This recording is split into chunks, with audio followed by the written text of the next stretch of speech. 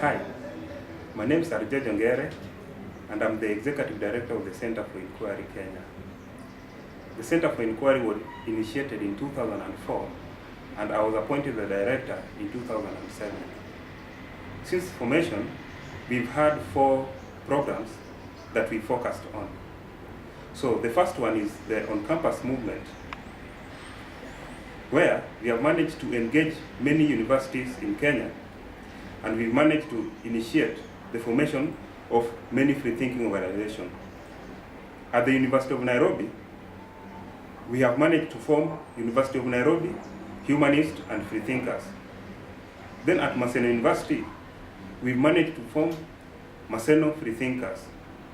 And finally, Moi University, we've managed to form Moi Freethinkers. So those are some of the major universities in Kenya.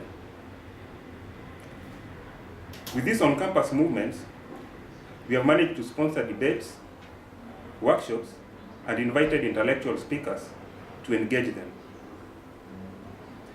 Most of these engagements have aimed at promoting reason, science, free inquiries, and humanist values.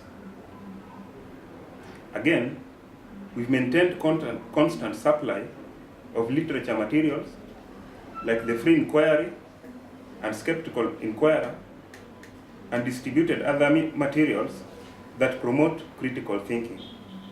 And most of those materials have been provided by the Center for Inquiry International. Also, we have used on-campus movement in our superstitious campaign. And in this campaign, we've instilled rationality onto these young people, and they've used such knowledge to teach members of their societies about the dangers of believing in witchcraft and some negative traditional beliefs. Second, on that program is the community organization. And here, we've engaged different communities in many parts of Kenya. Our main aim of engaging this community is to help raise awareness about our anti-superstitious campaign, where we discourage witchcraft beliefs that results in witch lynching in many parts of Kenya. And witch lynching is the #1 causes of human rights violation in Kenya and Africa, like Nigeria.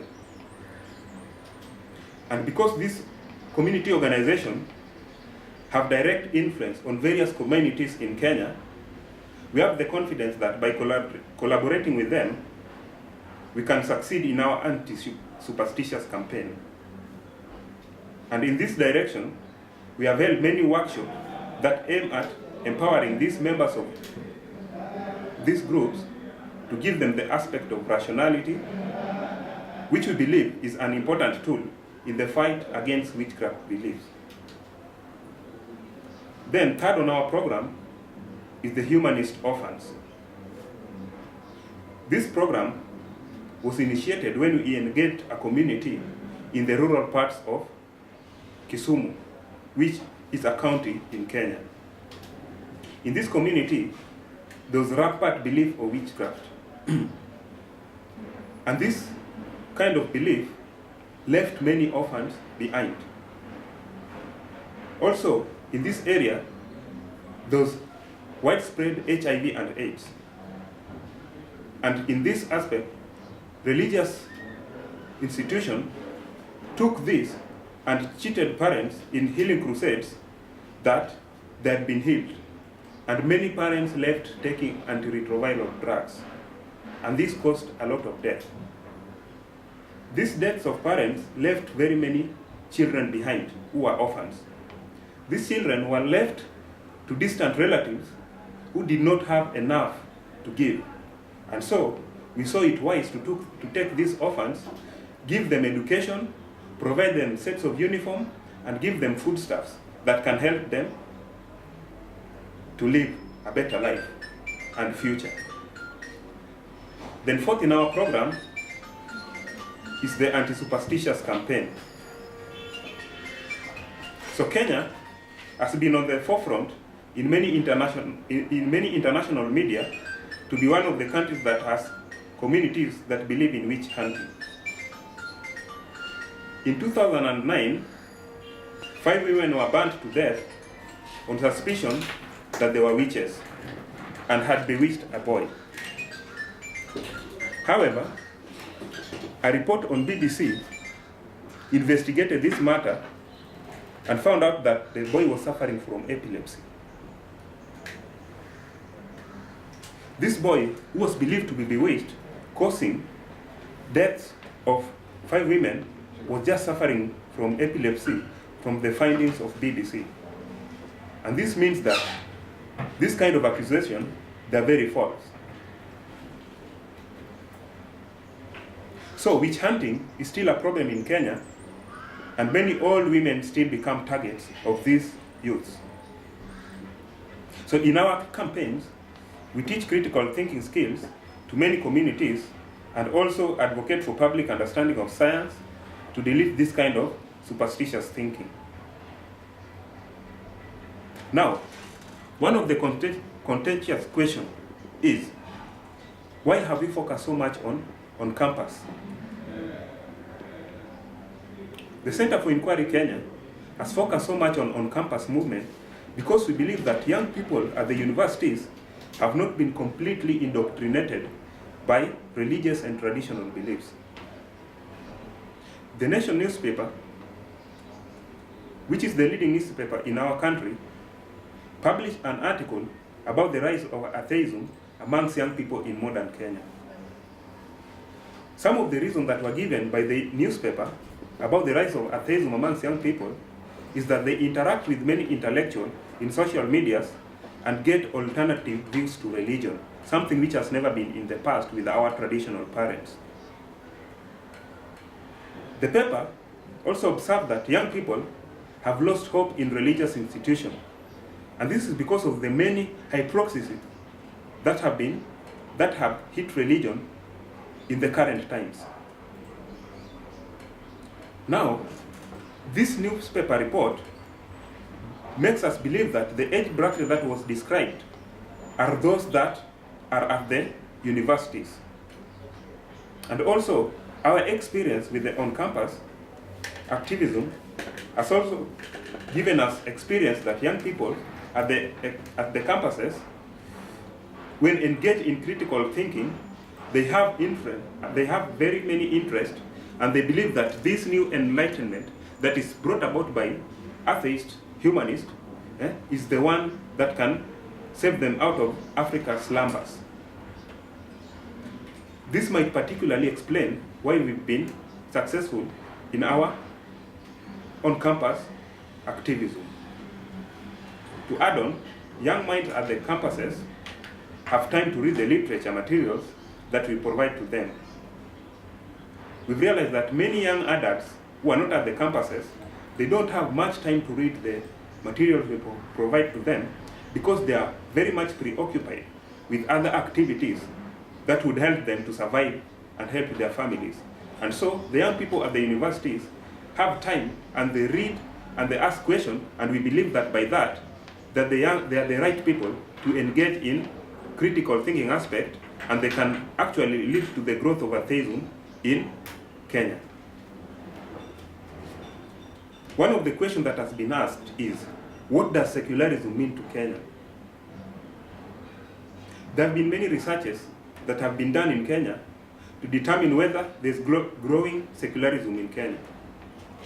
And one of the books is Secularism in Africa, a case study of Nairobi that was published by A. Shorter.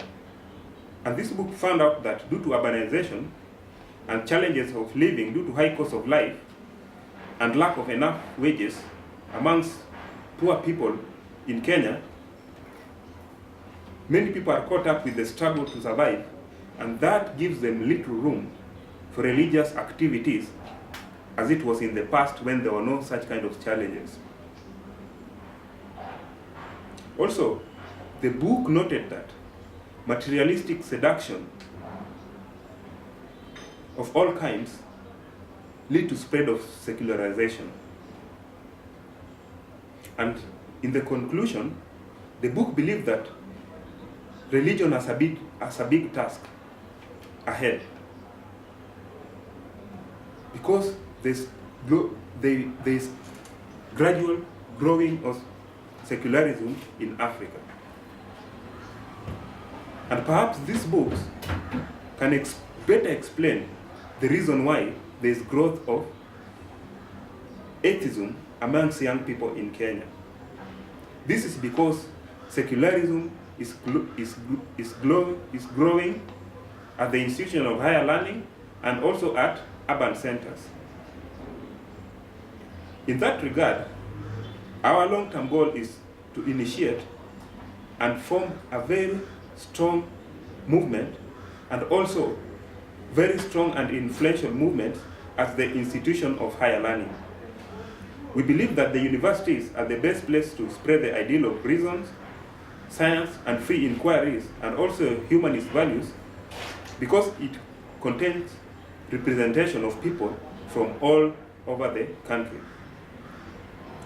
Secondly, we want to create a society that will be free from superstitious beliefs. Here, there will be no witch lynching, no killing of albinos, and also all women will never be targeted. And also, young people will not believe that old women are bad omen to society. Again, we believe in a society that will not rely on faith and dogma to form the basis of their knowledge and opinion.